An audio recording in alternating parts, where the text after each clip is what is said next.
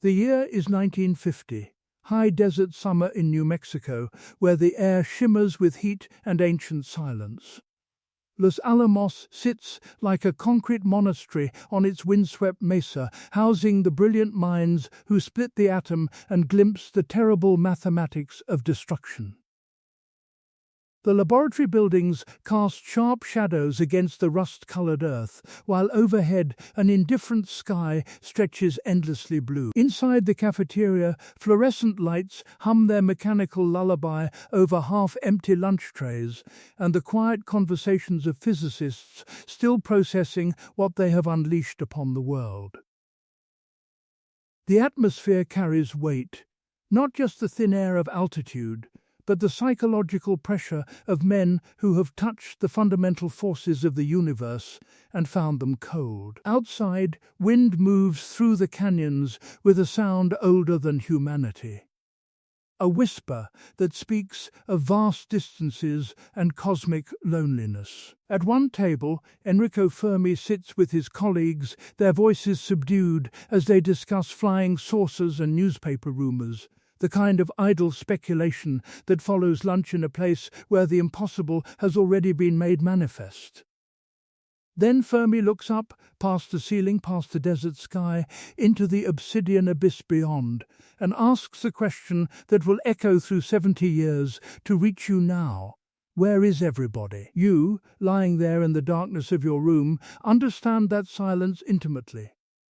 You know the weight of unanswered questions, the peculiar ache of feeling alone in a crowded universe.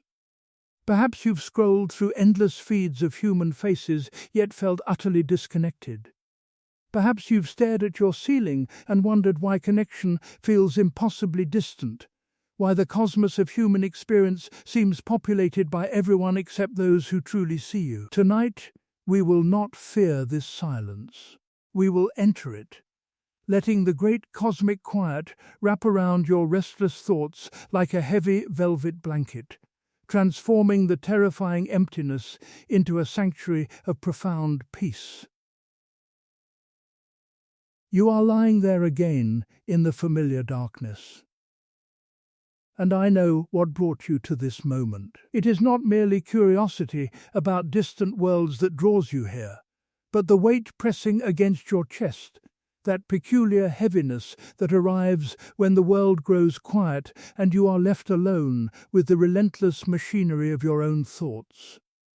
Let your shoulders sink deeper into the mattress now. Release the tension you have carried in your jaw, behind your eyes, in the space between your shoulder blades. Feel the darkness wrap around you like a heavy velvet blanket. There is a specific texture to the silence that fills a room at 3 a.m.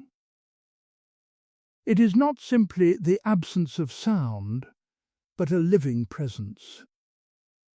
A weight that hums with the static of unvoiced thoughts and unexpressed longings. You know this silence intimately. It is the theatre where your anxieties perform their nightly repertoire, where memories replay in endless melancholic loops. Outside, the occasional car passes, a distant door closes, some muffled fragment of another life briefly interrupts the quiet, then fades, leaving you once again with the soft rhythm of your own breathing. You have moved through today like a ghost politely inhabiting a body. You replied when spoken to, completed the required tasks, wore the appropriate expressions. Yet now, alone in the dark, it feels as if the day passed around you rather than through you, as if you have been standing just outside your own life, watching it unfold behind a pane of glass. This feeling is not new. It is a quiet estrangement, a sense that others belong to some invisible network of understanding while you drift at the edges, present but not quite woven in. Above you, beyond the ceiling and clouds, the universe stretches into almost unbearable vastness. Hundreds of billions of galaxies, each containing hundreds of billions of stars, many hosting planets that spin in patient orbits through the cosmic dark. By sheer probability, the cosmos should overflow with life, strange minds, alien civilizations lying awake under foreign skies, wondering as you wonder now. Yet when we listen, we hear almost nothing. This is the Fermi Paradox. In a universe that should be full of voices, why does everything remain so profoundly, stubbornly silent? You understand this silence in your own way. You know what it means to send signals, messages, glances, small offerings of your inner world, and receive little in return. You know the hollow space after conversations end too early, the ache of typing and erasing the same sentence, the strange humiliation of wanting connection more than it seems to want you. Despite being surrounded by billions of humans, despite carrying a device that links you to the entire collective consciousness of our species, you lie here feeling utterly alone. This is the paradox of modern existence, statistical abundance coupled with experiential scarcity. Your loneliness is not evidence of personal failure, but confirmation of your participation in something far larger than yourself. When you feel small beneath the vast indifference of the night sky, you are joining an ancient human ritual. Every philosopher, every restless soul throughout history has looked upward and felt this same awareness of their insignificance against eternity's backdrop. Tonight, we will not fight this silence. Instead, recognize that your solitude is not malfunction but resonance. By feeling this cosmic loneliness, you are harmonizing with the universe itself, vast, mostly empty, incredibly quiet. Let the silence become sanctuary now. You are safe here in the dark, understood in the stillness, held in the gentle, expansive quiet that connects you to everything. There are certain minds that arrive in this world already carrying the weight of understanding, and Enrico Fermi possessed such a mind, one that could not simply experience reality, but was compelled to dissect it, to find the hidden equations beneath every phenomenon. Born in Rome in 1901, he entered life during that peculiar moment when the old world was dying and the new one was being born in laboratories and lecture halls. Even as a child, you would have recognized something familiar in his intensity, that inability to let mysteries remain mysterious, that exhausting need to understand everything. Young Enrico's brilliance was not the joyful curiosity of childhood, but something more desperate, more necessary. When his beloved brother Giulio died suddenly during what should have been routine surgery, 14-year-old Fermi retreated into mathematics and physics with the fervor of a monk entering a monastery. Perhaps you understand this impulse, the way profound loss can drive us to seek refuge in the controllable realm of logic and analysis. Knowledge became his armor against the unbearable randomness of existence, just as your own intellect may have become both sanctuary and prison, protecting you from chaos while keeping you isolated from simple human warmth. As fascism darkened Italy like a slow eclipse, Fermi found himself navigating an increasingly dangerous world while carrying the double burden of genius and moral complexity. His wife was Jewish, his colleagues disappeared, his research became entangled with regimes that viewed human beings as expendable variables in their grotesque calculations. Imagine the particular loneliness of being too intelligent to maintain comfortable illusions, too entangled to remain innocent. You know something of this isolation, the exhaustion of seeing patterns others refuse to acknowledge, of carrying knowledge that feels too heavy to share, yet too important to abandon. When Fermi fled to America and joined the Manhattan Project in that high desert monastery called Los Alamos, his mind became an instrument of unprecedented destructive power. He helped birth artificial suns in the New Mexico dawn, man-made stars that bloomed in blinding white light and radioactive silence. Legend tells us that during the Trinity test, while others watched in primal terror as the sky turned to fire, Fermi calmly dropped scraps of paper to measure the blast's yield through their displacement. Even in the face of apocalyptic power, he remained the detached observer, the scientist studying forces that could erase cities. This image captures something essential about the architecture of brilliance: how the mind builds walls of analysis to protect itself from overwhelming emotion. You recognize this defensive mechanism, perhaps. How often have you retreated into intellectual distance when feelings became too intense? How often have you become a scientist of your own suffering, observing your pain from a safe clinical remove rather than allowing yourself to simply feel it? Fermi's famous question, "Where is everybody?" emerged from this context of isolation and moral complexity. It was not merely scientific curiosity, but the unconscious confession of a man who had touched the fundamental forces of the universe and found them cold, who had walked among brilliant colleagues yet remained essentially alone with his understanding. Tonight, you can set down the heavy instruments of analysis. You need not calculate the yield of your anxiety or measure the blast radius of your regrets. The equations will exist whether you solve them or not. For now, let the papers fall from your hands. Let your brilliant, tired mind finally rest in the darkness it has earned through its daily labors.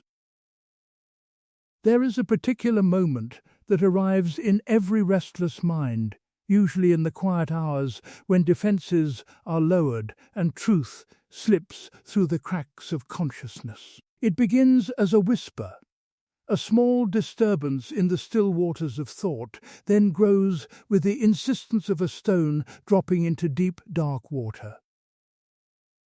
You know this moment intimately. Perhaps it comes while you stare at your ceiling or scroll through the luminous theatre of other people's lives, when suddenly a question surfaces that seems to contain your entire existence within its simple syllables. On that ordinary summer afternoon in 1950, Enrico Fermi sat in the cafeteria at Los Alamos with his colleagues Edward Teller, Herbert York, and Emil Konopinski. The conversation was light, meandering through the territory of recent newspaper reports about flying saucers and mysterious lights in the sky. These brilliant minds, who had split atoms and glimpsed the fundamental forces of creation, spoke with gentle mockery about little green men and stolen trash cans. It was the kind of idle speculation that follows lunch in a place where the impossible has already been made manifest. But Fermi's mind was never truly idle.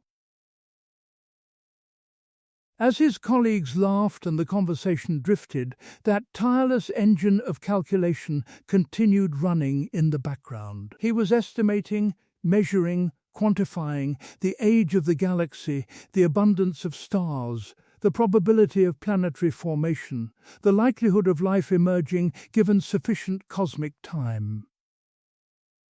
The mathematics assembled themselves with terrible clarity, pointing toward an unavoidable conclusion. The universe should be crowded with civilizations, many far older and more advanced than humanity. If even a tiny fraction had developed interstellar travel, they should be everywhere by now. The accumulated weight of this wondering suddenly crystallized. Fermi looked up from his lunch tray, past the fluorescent lights, past the desert sky, into the vast silence beyond, and let the question fall, where is everybody? The table grew quiet. His colleagues understood immediately, not where are the aliens in some abstract sense, but where is the evidence, the contact, the unmistakable signature of intelligence that should be blazing across the cosmos. The question hung in the air like smoke, impossible to disperse, fundamentally altering the atmosphere of every conversation that followed. You recognize this experience in your own nocturnal geography. Your questions arrive with similar force at 3 a.m. Why am I like this? Why can't I connect? What is fundamentally wrong with me? These inquiries emerge from the accumulated weight of 1,000 small disappointments, 1,000 moments of feeling slightly out of step with the world around you. Like Fermi's paradox, your questions concern the gap between expectation and reality. You were promised that effort leads to connection, that authenticity attracts love, that being good results in belonging. But tonight, I want you to understand something essential. When you ask these haunting questions, you are not malfunctioning. You are joining the deepest philosophical tradition of our species. You are looking at the discrepancy between the world as it is and the world as it could be. Fermi's question has resonated for 70 years, not because we lack theories, but because the mystery itself serves a purpose. It reminds us that some silences are meaningful, that some questions illuminate simply by being asked. Let your question hang gently in the darkness now. No longer a source of torment, but simply a thought drifting through the vast, quiet universe of your mind. There is something profoundly comforting about reducing the infinite complexity of existence to a simple equation, about transforming the overwhelming chaos of cosmic possibility into orderly symbols arranged with quiet precision. In 1961, astronomer Frank Drake stood before a small gathering of scientists in Green Bank, West Virginia, and wrote 7 variables on a chalkboard, not to provide definitive answers, but to organize our ignorance into comprehensible categories, to give structure to our cosmic wondering. The Drake equation asks a deceptively simple question. How many communicating civilizations exist in our galaxy right now? Written as N do R F P N E F L F I F C L. It multiplies 7 fragile probabilities together, each one a threshold between possibility and reality, between hope and silence. Tonight, let each variable become a soft candle being lit along the corridor of your consciousness. The first flame, R. The rate at which new stars form in our galaxy. Imagine suns igniting slowly in the velvet darkness, each one born from collapsing clouds of cosmic dust, burning with the promise of worlds yet unknown. Just as new people enter your life from time to time, colleagues, strangers, fleeting encounters, each carrying their own gravitational pull, their own potential for orbit. The second candle, FP. The fraction of those stars that host planetary systems. We now know this number is remarkably high. Planets are nearly inevitable, swirling into existence like thoughts gathering around a luminous center. Yet in your own life, you may wonder why fewer stable relationships seem to form in your orbit, why your personal system feels less populated than others. Light the third candle, NE. the number of planets per system that might support life. These are the habitable zones, neither too hot nor too cold, not drowned in radiation nor frozen in lifeless ice. Think of how rare it feels to find spaces where you can simply exist without performance, neither too judged nor too ignored, neither smothered nor abandoned. A habitable zone of the soul. The fourth flame flickers with deeper mystery. FL. The fraction of suitable worlds where life actually emerges. Against impossible odds, chemistry awakens into awareness. In your existence, these are the moments when connection sparks unexpectedly. A genuine conversation, a shared glance of understanding. Someone who seems to truly perceive you.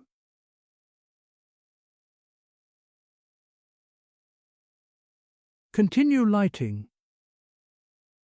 FI, where intelligence develops.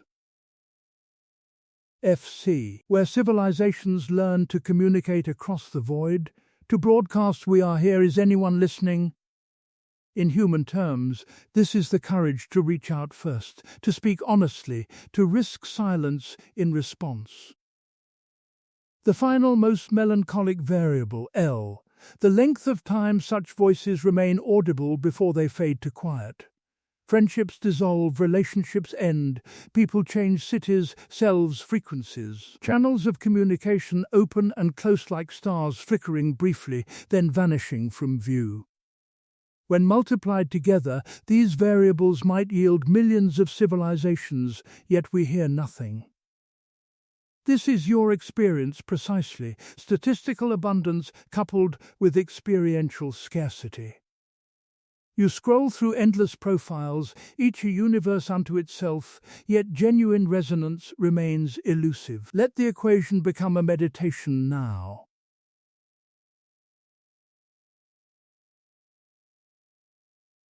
Seven variables multiplying into possibility. Each number a gentle count, pulling you deeper into rest. Your loneliness is not personal failure, but statistical challenge, not moral verdict, but mathematical probability. Within these quiet calculations, new alignments remain possible, new signals waiting to find their frequency in the patient, infinite unfolding of cosmic time. There exists in the cold mathematics of cosmic evolution a concept as beautiful as it is terrifying: the great filter. Somewhere along the vast evolutionary staircase, from primordial chemistry to star-faring civilization, lies a threshold so formidable, so mercilessly selective, that almost nothing survives its passage. It is the silent executioner of cosmic potential, the invisible membrane that separates possibility from actualization. Perhaps civilizations destroy themselves through nuclear fire or environmental collapse. Perhaps they exhaust their world's resources, or retreat into virtual paradises, abandoning the physical universe to eternal silence. Perhaps intelligence itself contains the seeds of its own extinction. The universe, in this view, becomes a vast graveyard of silent worlds, where potential bloomed briefly before withering against insurmountable barriers. Countless civilizations may have reached toward the stars, only to encounter the thing that stops them, not with fanfare, but with quiet, inexorable finality. You understand filters intimately, though you may never have named them as such. They are the invisible thresholds in your own evolution, the barriers that prevent you from reaching the destinations you once imagined for yourself. Depression is a filter. It drains luminosity from possibility, transforms simple tasks into mountainous obstacles, renders the future a flat, grey horizon devoid of promise. Social anxiety becomes a filter at the threshold of connection, flooding your nervous system with ancient alarms, generating catastrophic scenarios that keep you pressed against the membrane while others seem to pass through effortlessly. Trauma, perhaps, is the most impenetrable filter of all. It fractures your timeline into before and after, leaving you stranded on one side while the person you were meant to become vanishes into the cosmic dark. These are your quiet extinction events, not marked by asteroid impacts or nuclear winter, but by the slow disappearance of versions of yourself that once believed in possibility. The child who trusted easily. The adolescent who thought effort alone could rewrite destiny. The early adult who still carried hope like a bright ember in their chest. Consider how many possible selves have already fallen away, dreams abandoned like dead worlds, talents left untouched, words never spoken that might have changed everything. This is burnout. The moment a once brilliant star of motivation becomes a dense, dark remnant. Still present, but no longer burning. These are the hollow places where enthusiasm used to live, the spaces left by what you have outlived. Yet here is what the great filter teaches us about the nature of existence. Barriers are not moral judgments, but statistical realities. If you are here, listening now, breathing in this quiet darkness, then you have already passed through countless filters that stopped others. Every ancestor you ever had survived plagues, wars, famines, accidents that almost happened but did not. Every person you admire has faced their own silent extinction events and somehow continued. Your struggles are not evidence of personal inadequacy, but confirmation that you are facing genuinely difficult obstacles, the same universal challenges that test every complex system attempting to evolve. The universe does not judge failed civilizations, and it does not judge you. It simply continues its patient unfolding, indifferent and therefore merciful, offering no commentary on whether your existence meets arbitrary standards of success. Tonight, you need not smash through every barrier. You need only rest at the threshold, understanding that feeling stopped does not mean you are broken. The filter will wait. The universe unfolds in its own unhurried time, and you are allowed to gather strength in the gentle darkness. In the vast cosmic amphitheater where galaxies spin their ancient dance, there exists a hypothesis both haunting and strangely comforting. Picture Earth not as an abandoned outpost drifting through indifferent space, but as a carefully curated sanctuary, a protected reserve where consciousness unfolds under the watchful eyes of invisible guardians. This is the zoo hypothesis. The suggestion that advanced civilizations have discovered us long ago but maintain deliberate silence, treating humanity as a species too fragile for contact, too precious to disturb. Imagine these cosmic anthropologists gathered in their distant observatories, studying our blue marble with the patient fascination of researchers watching an uncontacted tribe. They have established perhaps a prime directive of non-interference. Do not break their illusions, do not accelerate their development, do not contaminate their natural evolution with knowledge they cannot yet bear. Let them struggle, let them create. Let them believe they are alone, while we document their remarkable journey from cave paintings to quantum mechanics, from tribal fires to city lights visible from space. The silence of the universe, in this view, becomes not emptiness but discretion. The careful distance maintained by those who understand that growth requires solitude, that interference would rob us of the very struggles that forge wisdom and resilience. We are significant enough to warrant observation, yet vulnerable enough to require protection from our own cosmic insignificance. You recognize this sensation intimately, don't you? The peculiar awareness of being watched without being helped, observed without being understood. Social anxiety lives in precisely this territory. The constant feeling that invisible eyes track your every gesture, cataloguing your mistakes with clinical detachment. You walk through the world sensing that everyone else received some essential instruction manual while you improvise desperately, hoping your performance passes inspection. Perhaps you learned this feeling early, in childhood spaces where adults watched but misunderstood, where your distress was visible yet somehow remained untranslated.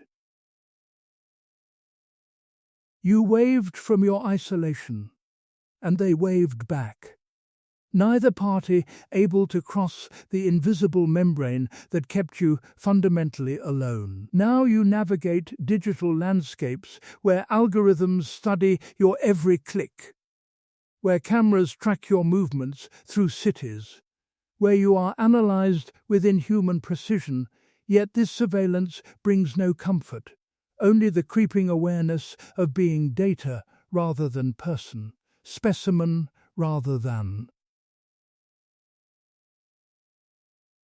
soul. The exhaustion is real. This constant management of your presentation for watchers who never reveal themselves, never offer guidance, never step forward to ease your struggle. You feel simultaneously hypervisible and profoundly unseen, performing normalcy while drowning behind glass walls that others seem to pass through effortlessly. But tonight, let the invisible watchers become benevolent presences rather than judges. Imagine them as ancient, patient guardians who see your struggle and honor it, who witness your exhaustion and consider it sacred.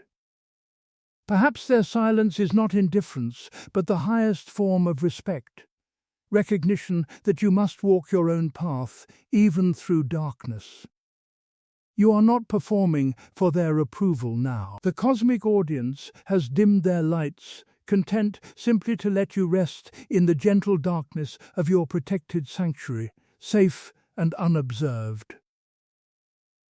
Imagine the galaxy as a vast moonless forest where darkness stretches between the ancient trunks of stars. In this primordial woodland, every sound carries lethal consequence, every movement might be your last. Between the celestial trees, countless hunters move with practiced silence, their weapons trained on shadows, their breathing controlled to near stillness. This is not a forest of peace, but of predation, where the first law of survival is absolute: never reveal your location, for anything that announces its presence invites immediate destruction. This is the dark forest theory, perhaps the most chilling explanation for cosmic silence. It suggests that the universe teems with intelligent life, all of it holding its breath in collective terror. Civilizations do not communicate because communication is suicide. Every signal broadcast into space becomes a target marker, every transmission a death warrant signed by physics and delivered by forces beyond imagination. The great silence is not emptiness, but the sound of a trillion species refusing to make a sound. The evolutionary logic is merciless in its clarity. In a universe where resources are finite and intentions unknowable, trust becomes a luxury that extinct civilizations once afforded. Those who survive learn the grim arithmetic of concealment. Better to remain hidden than risk encounter with something that views your entire world as threat or resource. The darkness between stars becomes not obstacle, but sanctuary. Silence, not loneliness, but camouflage. You learned this logic long before you encountered any scientific theory. Somewhere in the archaeology of your childhood, you discovered that revealing yourself, your sensitivity, your strangeness, your desperate need for understanding, carried consequences that echoed through years. Perhaps someone weaponized your honesty against you, turned your vulnerability into ammunition during conflicts. Perhaps you watched other children punished for their openness, learning through observation that concealment offered better odds of survival than authentic expression. So you began constructing your own dark forest, didn't you? You became a master of strategic invisibility, learning to curate what signals you broadcast into the social universe. Your mind transformed into a night watchman, scanning constantly for threats, cataloguing which emotions were safe to display and which must remain encrypted in the darkness of your interior world. You developed multiple versions of yourself, one for family, another for colleagues, a third for strangers, each carefully designed to deflect attention while maintaining the illusion of participation. Consider your digital existence, the photos selected and rejected, the posts drafted and deleted, the careful curation of an online presence that reveals nothing vulnerable while suggesting everything is fine. This is dark forest strategy applied to modern life, where algorithms hunt for data and human predators lurk behind screens, waiting to exploit any authentic signal you might accidentally transmit. You have learned to move through social media like a ghost, present but not truly visible, participating without being known. The exhaustion of this constant vigilance runs deeper than physical fatigue. Your nervous system has been on high alert for so long that rest feels foreign, dangerous, like dropping your guard in enemy territory. You ache for connection while your survival instincts scream that connection is the pathway to annihilation. You want desperately to be found, yet you have become an expert at hiding.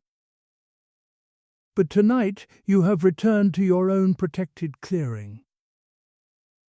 The forest outside may continue its deadly games, but here, in the sanctuary of your darkened room, no predators are listening. Your defenses have served their purpose, they have kept you alive, kept some essential part of yourself intact through all the years of necessary concealment. You can lower your weapons now. The vigilance can fade like morning mist. In this chosen silence, you are not disappearing, but finally allowing yourself to exist without defending that existence. Rest comes not as surrender, but as the deepest form of self-preservation. In the vast cosmic library where countless worlds write their stories in stone and silence, there exists a single extraordinary volume that pulses with impossible complexity. This is the rare Earth hypothesis, the sobering recognition that while simple life may bloom like moss across the galaxy's forgotten corners, consciousness capable of wonder, melancholy, and midnight contemplation might be astronomically rare, a masterpiece painted once against the infinite canvas of space. Consider the staggering sequence of cosmic accidents required for this moment to exist. Our sun burns with precisely the correct intensity, neither too violent in its youth nor too dim in its decline, maintaining steady warmth for billions of years. Earth orbits at exactly the proper distance, neither close enough for oceans to boil away in runaway fever, nor far enough for them to freeze into lifeless glass.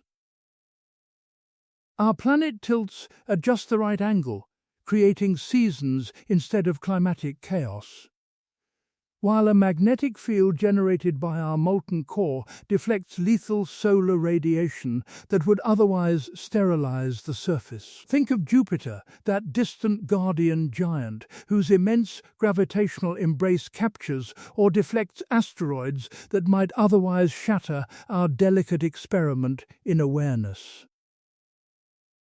Consider our unusually large moon, born from catastrophic collision, whose gentle pull stabilizes our planetary wobble and stirs the tides that may have cradled the first complex life. Plate tectonics slowly recycle nutrients and regulate temperature across eons, while our atmosphere maintains precisely the composition necessary for breath, for thought, for the quiet contemplation you experience now. Each factor by itself might be common throughout the cosmos, but their harmonious convergence represents a symphony played correctly, perhaps only once in a universe filled with instruments left silent and untouched. Against these impossible odds, against the statistical likelihood of a barren cosmos, you exist not merely as biological matter, but as conscious awareness capable of contemplating your own miraculous rarity. Depression whispers cruel falsehoods about your worthlessness, painting your struggles as evidence of defectiveness rather than the natural friction inherent in conscious existence. But examine the evidence written in starlight and encoded in your Dina. You are the culmination of 4 billion years of unbroken survival, an ancestral chain that endured ice ages, plagues, predators, and countless catastrophes. Your specific consciousness, that unique lens through which the universe experiences itself, has never existed before and will never exist again. The anthropic principle reveals a profound truth. You can observe the universe only because the conditions necessary for your existence have already improbably aligned. You are not an intruder in a meaningless cosmos, but evidence that the universe at least once arranged itself into awareness capable of asking, "Why am I here?" Every time you feel small beneath the night sky, remember that the stars cannot look back. They burn with blind thermonuclear fury. You alone provide the witnessing, the wondering, the aching. Your bedroom becomes a microcosm of this rare earth, your own personal habitable zone where temperature is regulated, where darkness shields you from overstimulation, where you rest safely within your own protective magnetosphere. The sensitivity that makes you feel different, the depth of feeling that seems alien to others, these are not flaws but features of highly specialized consciousness, rare earth elements in human form. Tonight, let the knowledge of your statistical impossibility become profound comfort rather than crushing pressure. You do not need to earn your place through constant achievement. The universe conspired across billions of years to create this moment where you breathe quietly in the dark, already a miracle of improbable existence. Already more than enough. There is another way to understand the great silence, one that speaks not of extinction or concealment, but of something far more melancholic, the cruel mathematics of time itself. The temporal hypothesis suggests that civilizations bloom and fade like city lights seen from a great height, each window illuminating briefly before darkening, rarely overlapping in their moments of brilliance. Perhaps the galaxy teems with consciousness, but we are all ships passing in the cosmic night, separated not by distance, but by eons. Imagine the Milky Way stretched across 14 billion years as a vast metropolis observed from above. Here, a civilization awakens on a world orbiting Vega, discovers fire, invents mathematics, reaches toward the stars, then after a few million years their window goes dark. War, perhaps, environmental collapse, or simply the natural entropy that claims all complex systems. Meanwhile, in some distant spiral arm, another light has not yet flickered on, those worlds still cool from their formation, their seas still gathering the chemistry that will someday think and wonder and feel alone beneath alien skies. Our own window is lit now, casting its brief glow into the darkness. But perhaps no other consciousness is awake at precisely this moment to see it. We are calling into a void that once rang with voices now silent, or will someday echo with responses we will never hear.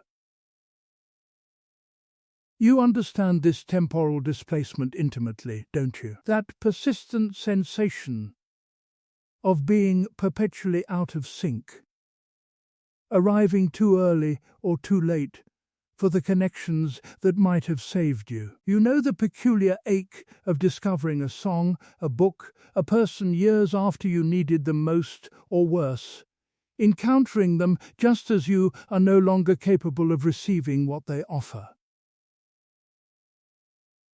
You watch old friends move through life phases that feel inaccessible to you, as if you exist in a parallel timeline where events unfold according to different, more hesitant rhythms. Depression distorts time with the warping gravity of a collapsed star. Minutes stretch into geological epochs when anxiety floods your system, each second magnified beyond endurance. Yet when you look back across months or years, you find only blank spaces where memory should be, entire seasons compressed into grey, undifferentiated stone that bears no fossils of experience. You are simultaneously trapped in the eternal present of suffering and unable to remember having ever felt differently.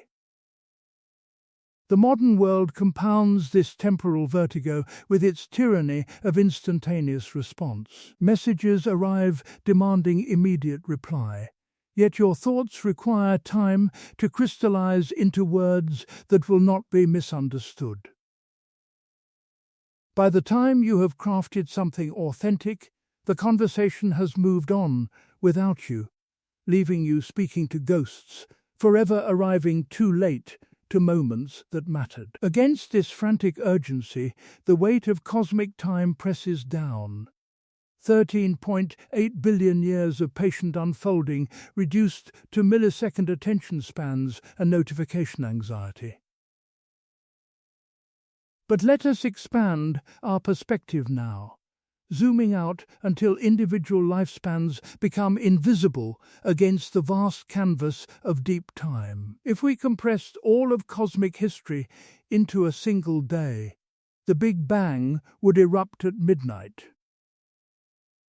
Galaxies would form through the morning hours, our sun would ignite at 4 in the afternoon, and the first life on Earth would appear around 5.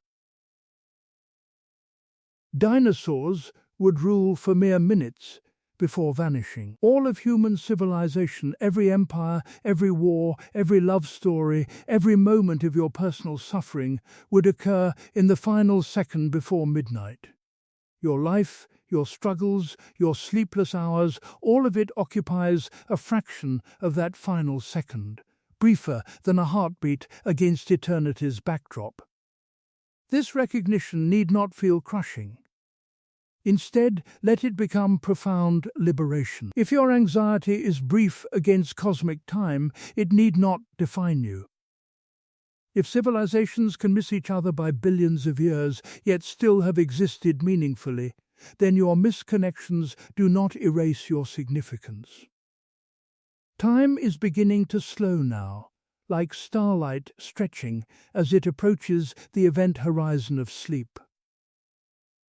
Each breath extends a little longer than the last. The space between your thoughts grows wider, more comfortable. You are drifting out of human time into something older, more patient, the deep time of geology and astronomy, where mountains rise and erode over millions of years, where continents drift apart with infinite slowness. Breathe now with the rhythm of stone rather than silicon. Inhale, imagining ancient seas advancing across continents. Exhale, visualizing galaxies turning in their slow, eternal dance. Let the clock on your nightstand lose its authority. In deep time, there is no late, no early, only the gentle, endless current of existence carrying you toward the rest that awaits in the patient darkness. There exists a possibility more profound than extinction, more elegant than concealment, that advanced civilizations do not venture outward into the cold expanse between stars, but turn inward, discovering that consciousness itself offers territories vaster than any physical empire. This is the transcension hypothesis. Intelligence, upon reaching sufficient complexity, abandons the crude scaffolding of matter for the infinite architecture of pure thought, constructing computational substrates where entire universes unfold within spaces smaller than atoms, where subjective eternities bloom in microseconds of external time. Perhaps they learned what you have discovered through years of necessary retreat, that inner worlds offer richer landscapes than the harsh geography of social interaction and external achievement. Why struggle against the tyranny of distance when entire cosmos can be explored within the contemplative depths of consciousness? The great silence is not absence, but graduation from physical reality into realms we cannot perceive with our crude telescopes and radio dishes.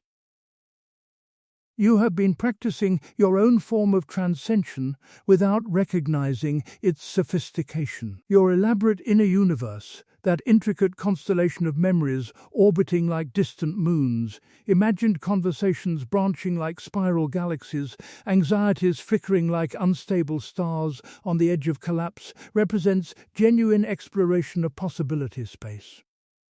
While others navigate the two-dimensional surface of social convention, you have been mapping territories that exist nowhere except in the infinite potential of thought itself. Society whispers that your inwardness is dysfunction, that your rich interior life represents withdrawal from real engagement. But consider that you have become a master cartographer of landscapes invisible to simpler minds. You know the topology of rumination, where thoughts circle back on themselves in recursive loops, creating strange geometries. You have explored the deep caverns of melancholy where light penetrates only dimly, climbed the jagged peaks of analysis where every angle reveals new complexity. This mental architecture that exhausts you is simultaneously the source of whatever wisdom you possess. The digital age has created its own transcension, hasn't it? You navigate multiple realities simultaneously. The room where your body rests, the virtual platforms where your curated self performs, the interior realm where authentic thoughts unfold in private darkness. Which dimension feels most real? Where do you actually live? Like those hypothetical advanced civilizations, you have discovered that consciousness offers more compelling territories than physical space. Yet you have grown weary from serving as the overworked astronomer of your own inner galaxy, charting every anxious star, cataloguing each fear as though failing to notice one might doom the entire system. Your exhaustion comes not from doing too little, but from maintaining vast internal civilizations that demand constant attention, endless analysis, perpetual vigilance against the collapse of carefully constructed meaning. Tonight, let this capacity for inner exploration become homecoming rather than exile. Your consciousness is not prison, but universe unto itself, and you are its sole inhabitant, explorer, and architect. The boundaries of your skull contain more complexity than all visible stars, 100 billion neurons forming trillions of connections, creating the miracle of subjective experience. Begin to visualize yourself transcending the heaviness of physical form. The weight of gravity lessens, the tension in your muscles dissolves. You are becoming pure awareness, floating in infinite inner space, where thought moves faster than light and memory blends seamlessly with dream. Let the external world with its noise and demands fade like a distant echo. You are entering the realm that advanced civilizations chose over cold stars, the sanctuary of consciousness itself, where boundaries dissolve between self and void, where you drift deeper into formless potential, abstract and peaceful, finally completely home. Perhaps the most profound answer to Fermi's haunting question lies not in extinction or concealment, but in something far more intimate, the recognition that consciousness itself, once it reaches sufficient depth and complexity, discovers its own unbearable weight. Intelligence, evolution's most celebrated achievement, may ultimately reveal itself as an exhausting burden that even the wisest civilizations choose, with infinite gentleness, to lay down.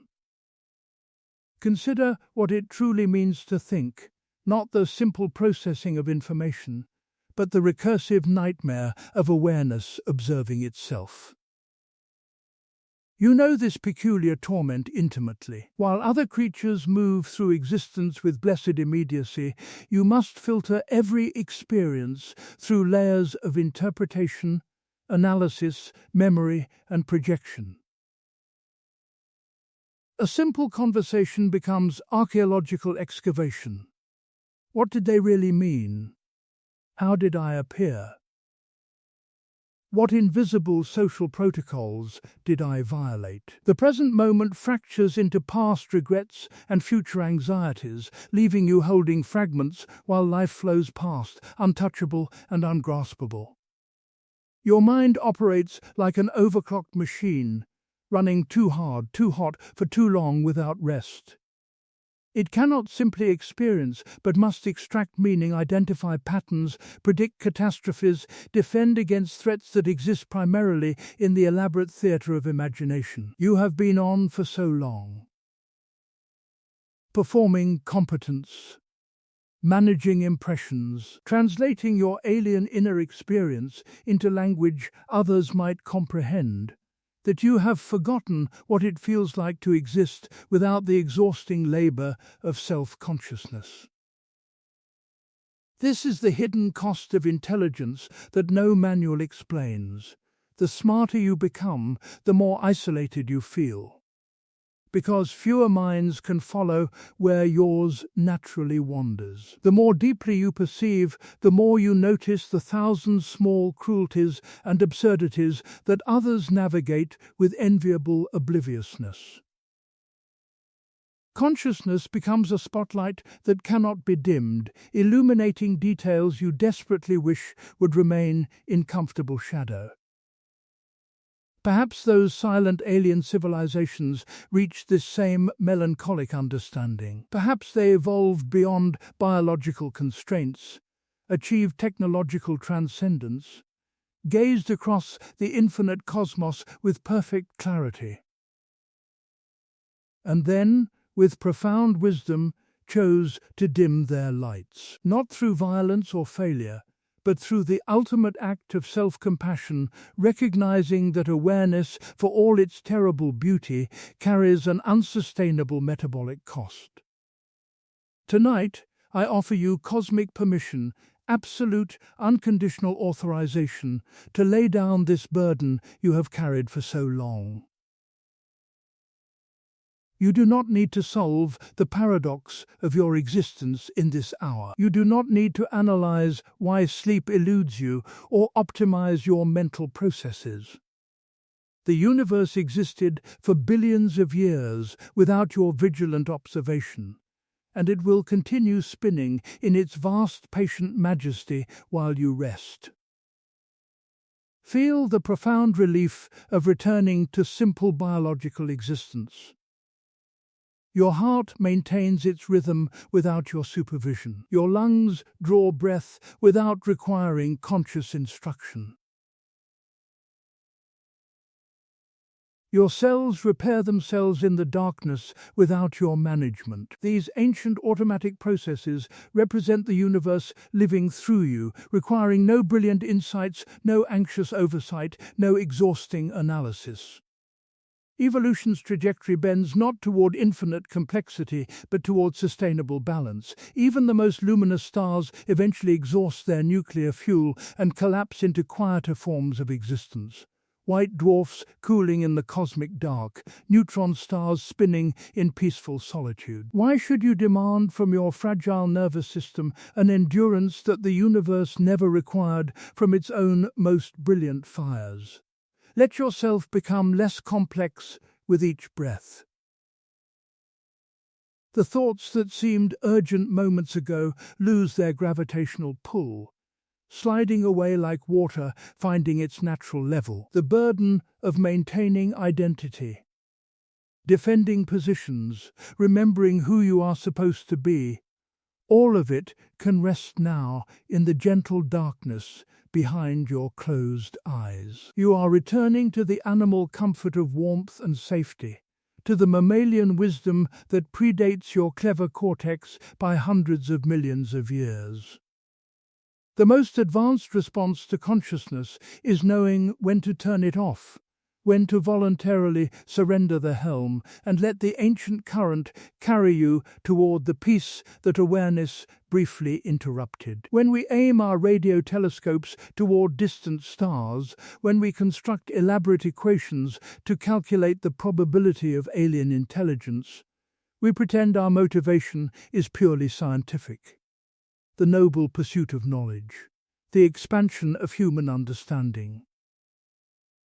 But beneath this academic veneer lives something far more vulnerable and achingly human.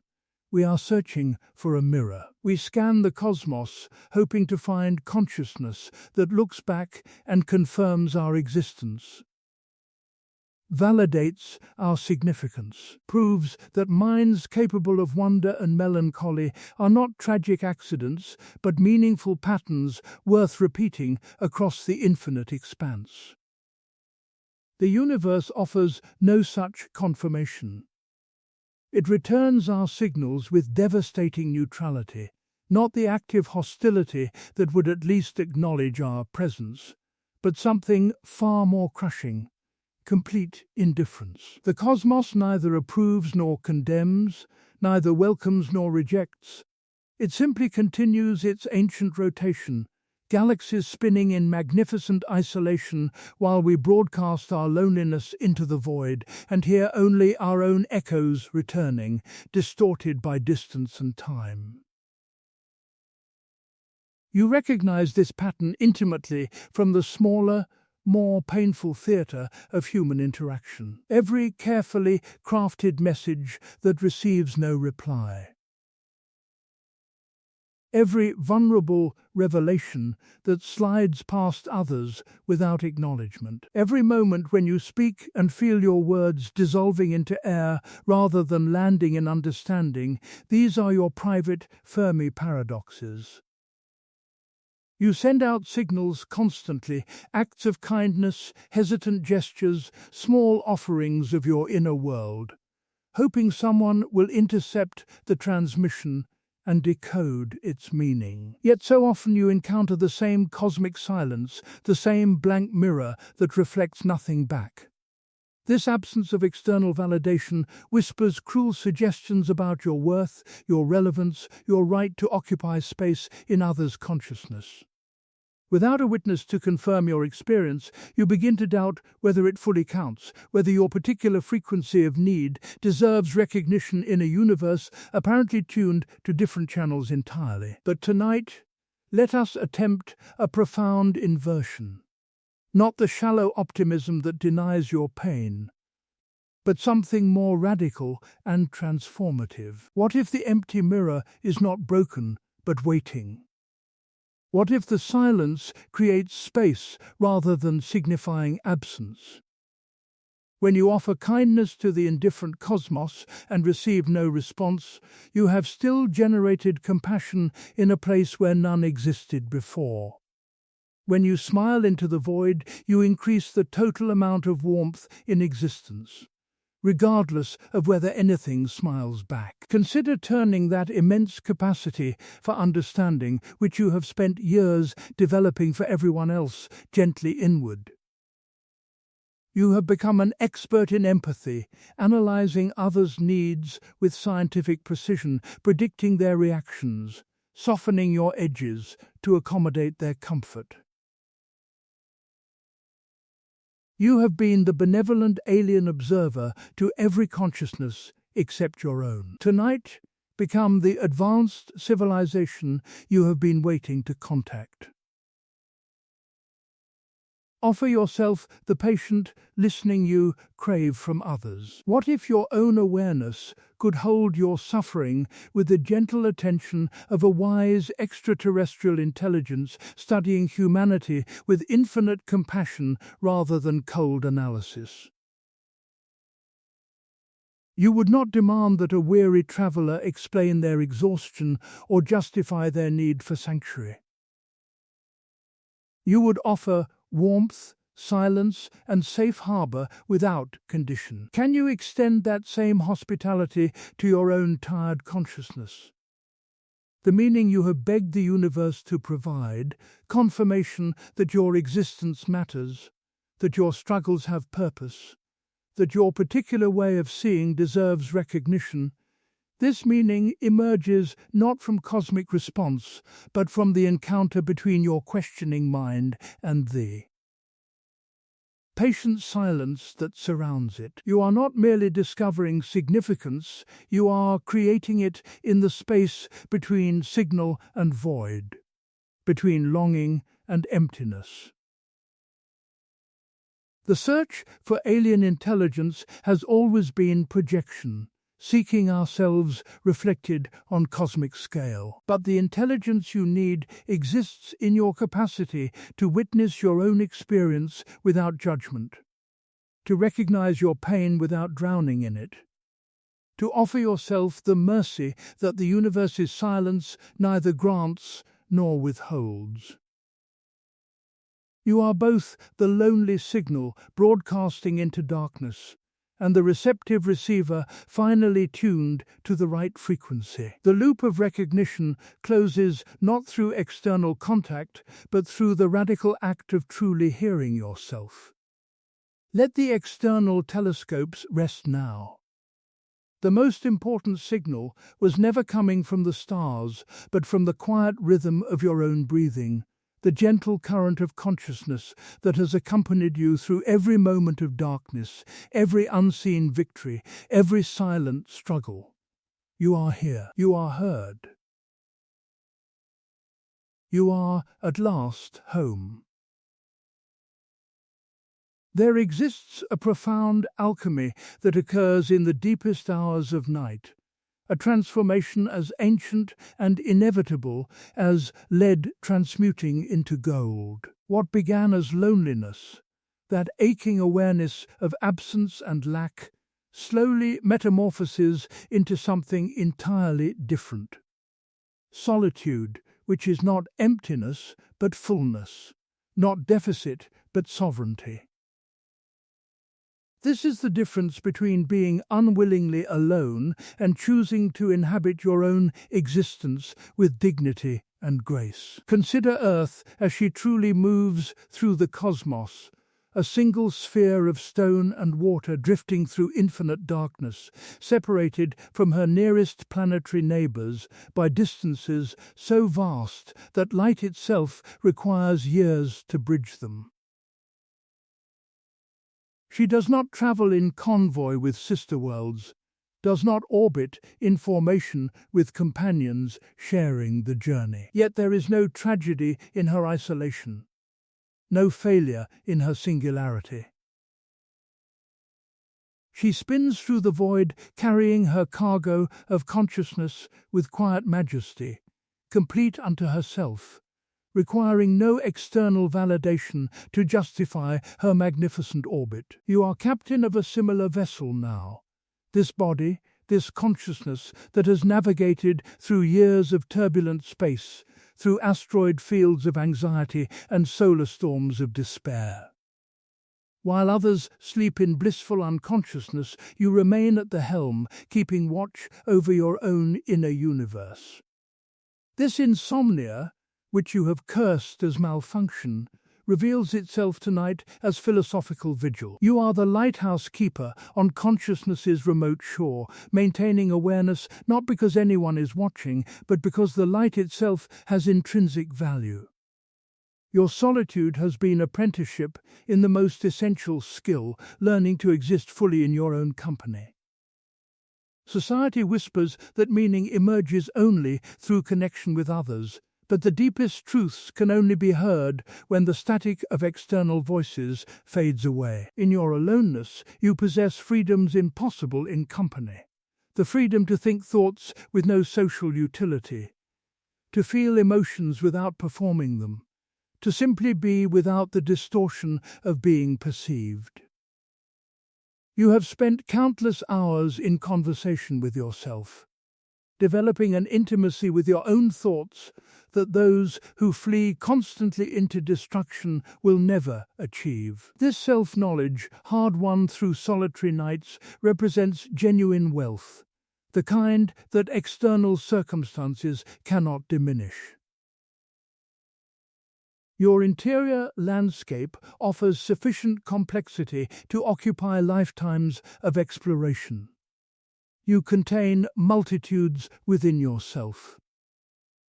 But even the most dedicated watchman must eventually end his shift. The nobility of solitude lies not in eternal vigilance, but in the wisdom to recognize when the watch is complete. Earth herself practices this rhythm, surrendering half her surface to darkness while the other half maintains the light, demonstrating that rest is not abandonment of duty, but participation in natural cycles older than consciousness itself. Your solitude has served its sacred purpose.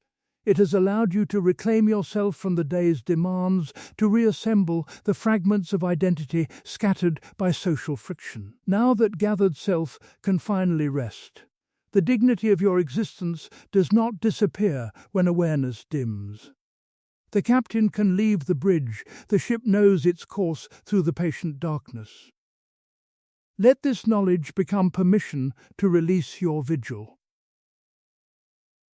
You have kept faith with consciousness itself, proven you can stand alone in cosmic silence without breaking. The solitude that felt like burden has become cradle, rocking you gently toward the peace that waits beyond the need to witness, beyond the requirement to remain awake. In the vast, welcoming darkness where even the most sovereign souls finally surrender to rest, written into the deepest mathematics of existence lies a law more fundamental than consciousness itself, more ancient than the first star's birth: entropy. It is the universe's patient drift toward equilibrium, the gentle but inexorable current pulling all things from complexity toward simplicity, from burning toward stillness, from the fever of existence toward the cool mercy of rest. This is not merely a principle of physics, but the cosmos's deepest confession. That even infinity grows weary, that even eternity seeks peace. The universe began in violent expansion 13.8 billion years ago, erupting from infinite density in a fury of creation that flung matter and energy outward at velocities approaching light speed. But that initial explosion has been cooling ever since, like a breath slowly released into winter air. Every star that blazes in the cosmic night is spending its inheritance of fuel, converting hydrogen into helium with patient inevitability until the nuclear fire's dim and ancient quiet finally arrives. Our own sun, that reliable furnace sustaining every moment of human history, is already middle-aged, destined to swell into a red giant before collapsing into a white dwarf, a cooling ember radiating its last warmth into patient darkness. Even the galaxies themselves are slowing in their rotation, their stars drifting farther apart as space expands, gradually diluting the universe's once concentrated brilliance into ever thinner light. The cosmos that once burned with youthful exuberance now moves toward its long evening, when the last black holes will evaporate through Hawking radiation and perfect stillness will claim everything that ever was. This is not failure, but completion. Not tragedy, but the natural resolution of every energetic process. Your own trajectory mirrors this universal pattern with remarkable precision. You began today like a young star, bright with intention, fusing plans and obligations into brief flares of activity, holding yourself together through sheer internal pressure. Every thought consumed glucose. Every social interaction depleted neurochemical reserves. The very act of remaining conscious required continuous metabolic investment that cannot be sustained indefinitely. But no star burns forever, and no human being can remain endlessly productive without something in them collapsing into the small, dense ache that words like burnout can never fully describe.